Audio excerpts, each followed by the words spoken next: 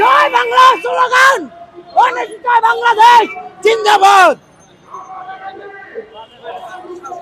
নির্বাচনের কোনো নাম কিন্তু মুখে নিতে আসে না, কারণ বাংলাদেশকে ধ্বংস করার জন্য, বাংলাদেশকে অস্থিতিশীল করার জন্য এরা এই নাটক আমাদের শুরু করে বানিয়েছে। আমরা চাই দ্রুত একটা নির্বাচন দেন, তত্ত্বাবধায়কের মাধ্যমে বা সুষ্ঠু একটা নির্বাচন দেন, ভালো একটা লোক সরকার থাকে, তত্ত্বাবধানে থাকে, আপনারা একটা নির্বাচন দেন। এছাড়া বাংলাদেশ আর শান্তি হবে না। আপনারা দেশ চালানি ব্যর্থ। আমরা 6 মাস থেকে দেখতেছি আন্দোলন, মিছিল, মিটিং, আমরা এটাই দেখতেছি। আপনারা কোন দিক দিয়ে নিয়ন্ত্রণ করে পাইতেছেন না। আপনারা দেখেন বাংলাদেশের মানুষ একটা দিক দিয়ে নিয়ন্ত্রণ করে পাইছে, দেখেন। তাহলে আপনাদের কি দিয়ে কিসের অপেক্ষায় থাকবো আপনারা? এই 6 মাস চলে গেল, তারপরে আপনারা সংস্কার নামে কি জিনিস বুঝা পারলেন না। আপনারা এই 6 বছরও মনে করেন নিয়ন্ত্রণ করে পাবেন না, এই সংস্কারই করে পাবেন না 6 বছরও। অতএব আমাদের আপনারা যে কি সংস্কার করবেন এটা আমাদের দেখার বাকি নাই, আমাদের সাধারণ মানুষের দেখা বাকি নাই।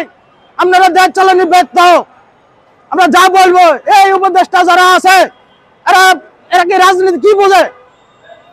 অযথা মনে করেন আমাদের মতো দেশের মানুষকে, আমাদের মতো সাধারণ মানুষকে, আমাদের মতো কর্মজীবী মানুষকে ভোগান্তি করবেন। এই ভোগান্তি ছাড়া এই 6 মাসে আমরা কোনো কিছুই দেখি নাই।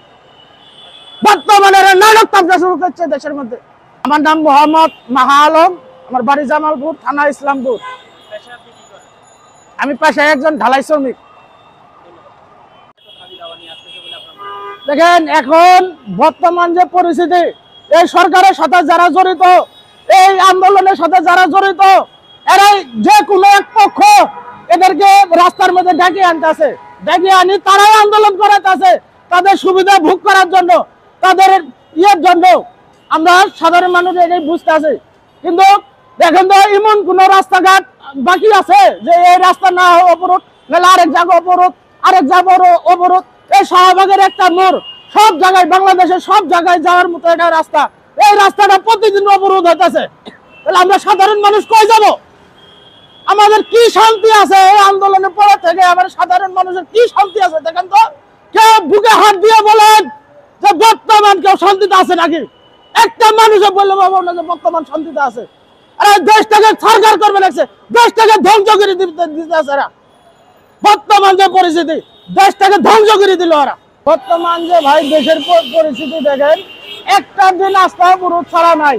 তাহলে এভাবে যদি আস্থা যদি প্রতিদিন যদি অবরোধ করে রাখে, তাহলে আমাদের মতো সাধারণ মানুষ যারা আছে আমরা কই যাবো দেখেন তো। এখন বর্তমান পরিস্থিতি হিসেবে মনে করেন আমাদের ইনকাম নাই, মাসের মধ্যে 10 দিন কাম করে পাই না। যদিও মনে করেন কোনো জায়গায় কাজের প্রোগ্রাম থাকে, আমরা অবরোধের কারণে কোনো জায়গায় মনে করেন শান্তি পাইতেছে না। এমন কোনো দিন নাই যে রাস্তা অবরোধ না হয়, এমন কোনো দিন নাই যে মারামারি হুড়াঙ্গামা না হয়, এমন কোনো দিন নাই যে লুটপাট না হয়, এমন কোনো দিন নাই যে মনে করেন হুড়াঙ্গামা না হয়। তাহলে এই অবস্থা কি দেশ চলে? আমরা সাধারণ মানুষ কোথায় যাবো বলেন? এটা রাস্তা দিয়ে মনে করেন আমরা শান্তি মতো যাওয়ার পাইতেছি না। এখন যদি আমরা রাস্তার মধ্যে যদি চলাফেরা করবো ধরে, আমি সাধারণ মানুষকে বলবো যারা রাস্তাঘাট দিয়ে চলাফেরা করেন, তারা একটা করে বালিশ, একটা করে কম্বল, একটা করে খেতা নিয়ে চলবেন, তখন রাস্তাঘাটে আপনাদের ঘুম পাড়া লাগবে। এছাড়া আমরা কোনো অবস্থা দেখতেছি না।